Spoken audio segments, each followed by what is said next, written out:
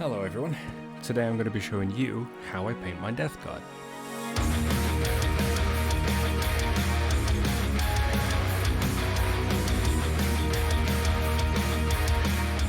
First up, I give it a nice little prime in lead belcher. Once that's done, I start with Deathworld Forest on all of the armor panels.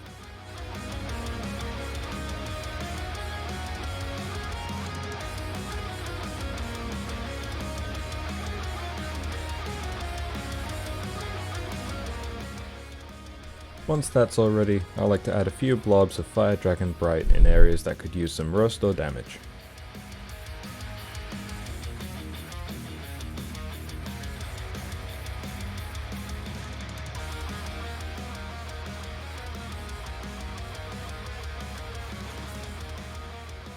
And once I'm done, it looks like this. Next up, to help blend it a bit, I use Athonian camo shade all over the painted parts.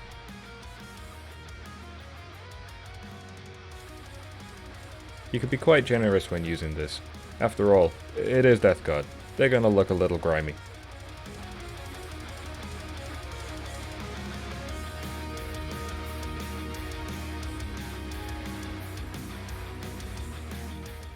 Nice, that's all of them done. But they are still a little bit wet, so I'm going to be careful and have a look around the models to see if I can find any kind of bone, horn, teeth, pretty much anything that looks like it wouldn't be flesh or metal, and use some Steel Legion drab for them.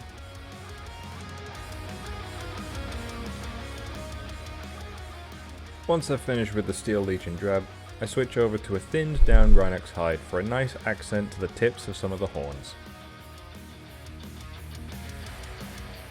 When I've got all of them tips painted, I then get some Magos Purple contrast for all of the fleshy bits. If you haven't worked with this contrast paint before, it's really thin, so it's great to use when blending, and easy to cover up if you make any mistakes.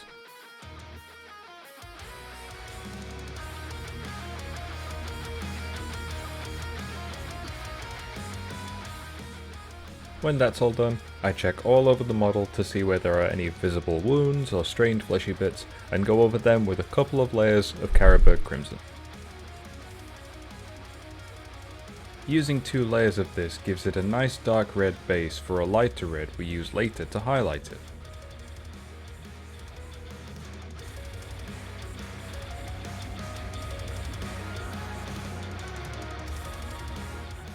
You don't need to worry too much about going over the metal bits, because we're going to do that with some Balthazar Gold now. And yes, that does mean the infamous armor trim for any Chaos army. I'm talking to you, Thousand Suns. But let's crack on and get it done.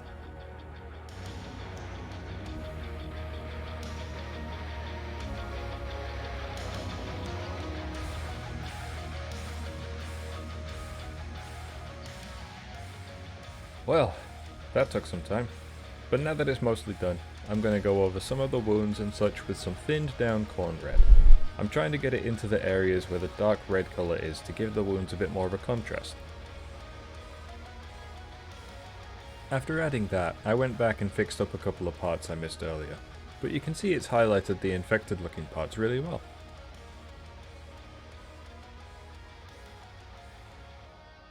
Next up, because it's only a small part, I'm going to get it out of the way now. What I'm planning on is adding a muzzle burn to these weapons, and to do this effect I use both Druchii Violet and Drakenhof Nightshade. I'll probably make a quick video on how to do this in the future, and thankfully it's quite easy to do.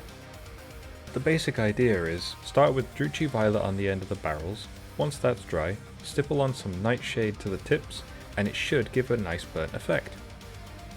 So, you'll notice that the models have some nasty looking spots and boils. We're going to move on to them and use Ultha 1 Grey as a base.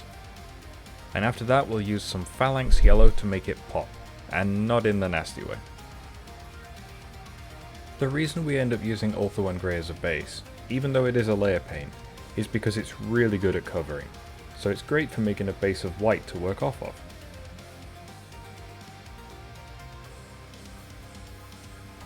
Almost forgot to mention, once they were dry, I used some Carroburg Crimson on their edges to also give them the infected look. Now we move on to the next stage where I apply some Nihilakh Oxide to some edges and bumps of the Balthazar Gold. Feel free to skip this part if you don't like the look of it. While that was drying, I also went over the eyes the same way I did the spots and boils. You can do this earlier, but I forgot. I wanted to add some scratches and battle damage to the armor panels to make it look a bit more used, and for that I use Ogryn Camo, and the way I was applying it wasn't a paintbrush, it was a sponge. I'm not sure if there's a wrong way to use the sponge, but the way I do it at least, is to get some paint onto the sponge and wipe off the excess, almost as if you are dry brushing, and stipple it onto the model at different points. I also used the sponge almost as if it was a dry brush for a few of the edges, and to make the damage look a bit deeper, I'm going to use some Corvus Black.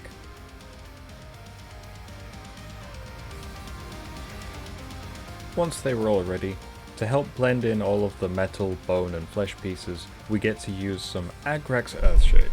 This shade is great for adding a grimy weathered effect. While you can apply this everywhere, I'm going to be using a different shade for the armor pieces, but it definitely can't hurt to try out.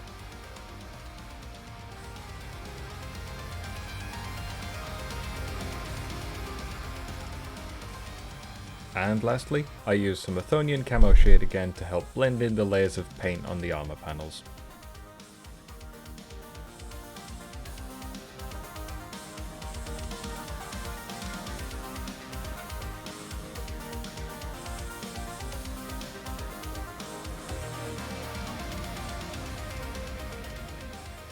And we're done! Minus the basing, of course. The paint scheme I use is quite quick and easy, so I hope it helped if you were looking for a way to paint them. I'm going to be basing them in a really cool swamp, but I'll be showing how I do that in the next video. So for now, thank you so much for watching. I hope you enjoyed the video, leave a like and subscribe for more videos to come, and I'll see you in the next one.